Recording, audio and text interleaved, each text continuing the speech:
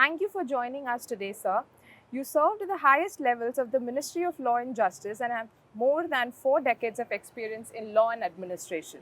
You have led legislative and institutional reforms, spoken widely on litigation management and ADR, and participated in law commission and government advisory work.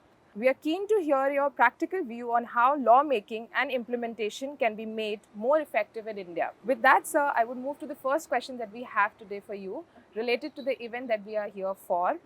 The mini exhibition you've just seen offers a glimpse into India's timeless legal and ethical heritage. As this transforms into a large immersive exhibition in January, what possibilities do you see for such initiatives in reorienting the judiciary's thought process? First of all, thank you very much for inviting me here and making me part of the Vasudhaiva Kutumbakam ki Aur. And I'm very happy this kind of exposure is the first exposure which I'm having, continuing spirituality with the law and making aware the common man about the link between spirituality and the law.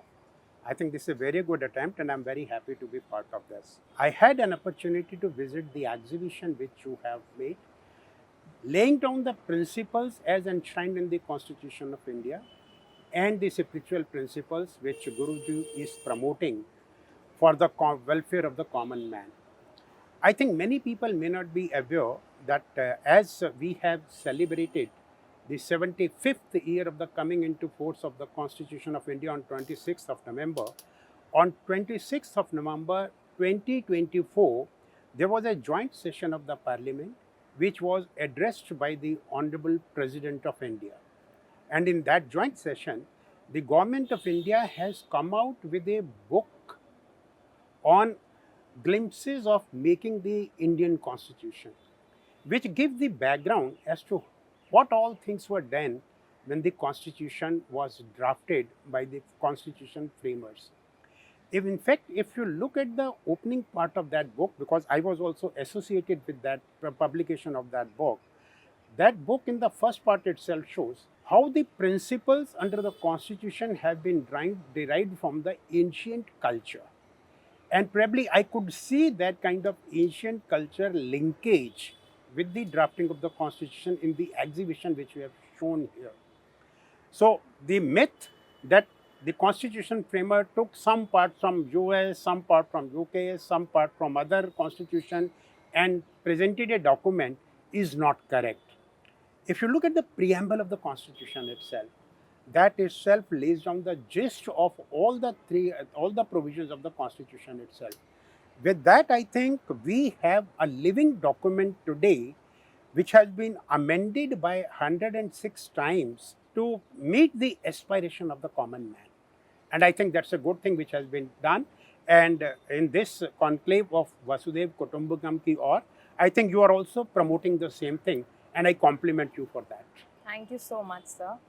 In that context, we move to our second question, which is related to the event.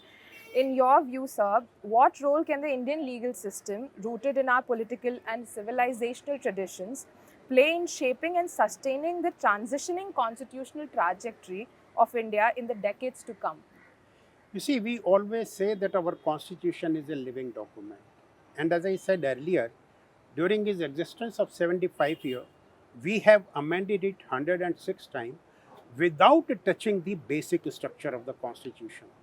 The principle of democracy which have been enshrined in the Constitution have been kept intact, but keeping in view the social and economic requirement of the society, of the Indian citizen, and the changes which are taking over world over, more particularly keeping in view the technological advancement which is taking place in the country and the technology the way it is advancing, we are trying to make laws in conformity with the Constitution so that the advancement of the society and the Indian citizens as such can be ensured.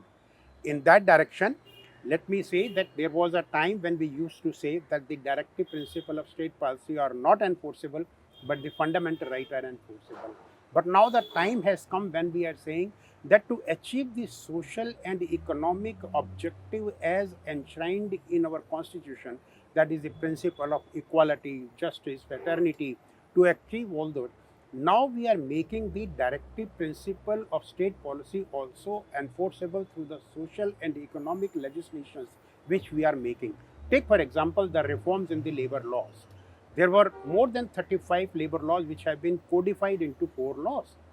The criminal procedure code, which was of ancient time, British time, has been changed, and we have come out with the 3 new legislation incorporating the technical changes, weeding out the obsolete provisions of the law, and incorporating new offenses which have developed because of the technology coming into play. I think that this kind of advancement which the parliamentarians are taking and the support which the judiciary is giving in interpreting the law to achieve the basic objective of the constitution is laudable, and your effort in this direction will supplement the effort of the government. Yes. Thank you for your inputs on that aspect, sir. With that, I would want to come on a question which is closely related to your role with the Ministry of Law. Sir, we all know that government is one of the largest litigant in the country.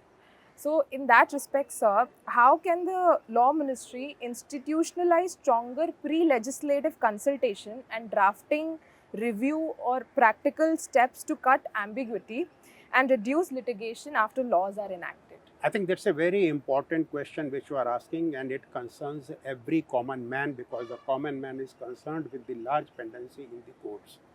And let me tell you that the government has taken number of steps in this direction, legislative as well as administrative measures, to ensure that the government doesn't become the largest litigant. But I would like to put a caveat here in the sense, normally government is blamed for being the largest litigant. You see, the thousands and thousands of orders are passed by the government every day, not only the central government but the state governments also. And all these orders passed by the government become subject matter of challenge because it passes larger number of orders, of the cases against the government will be large.